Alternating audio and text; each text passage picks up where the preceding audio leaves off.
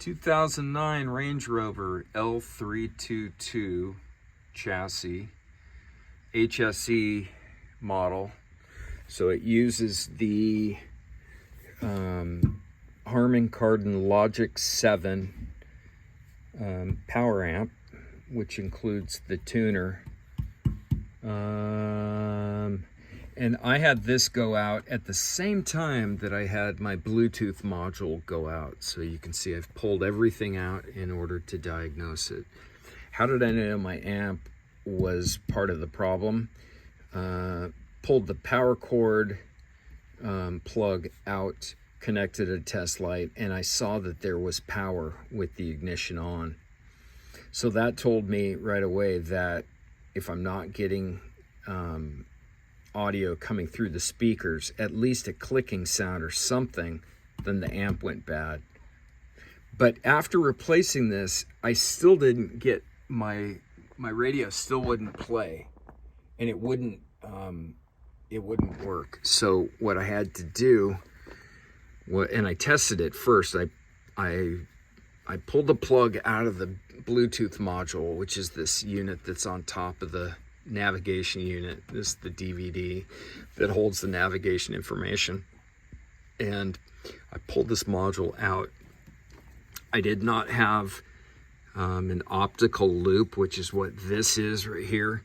All this is basically a glass tube or a glass wire that allows the light go from one lead and then go back and basically feed back and continue. It closes the loop and allows the system to basically bypass this unit. So I picked this up off Amazon. It was like 10 bucks, and it came with a male and a female version of this. So I snapped it on, and my radio works and everything works. But without a bypass unit, what you can do is you can pull the wires. You have to push out the little blue clip that holds in these two optical lines into the module. Let me see. Yeah, so let me get this off here for a second. Okay, so there.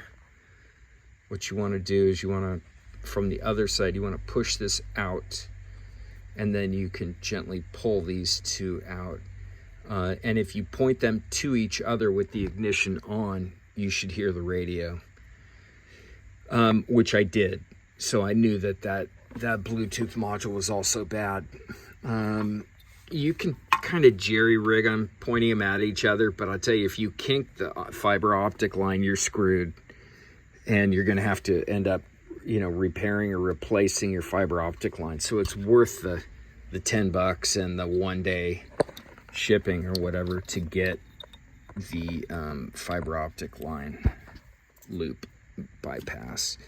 It's for the MOST system, MOST system, something optical, blah blah blah. It works on Audi, BMW, Mercedes, and it also works on Range Rover because it's basically BMW wiring, I believe, at least for the ECUs and all these modules. So anyway, it does work. All I have to do now is put it back together, and that's not too hard.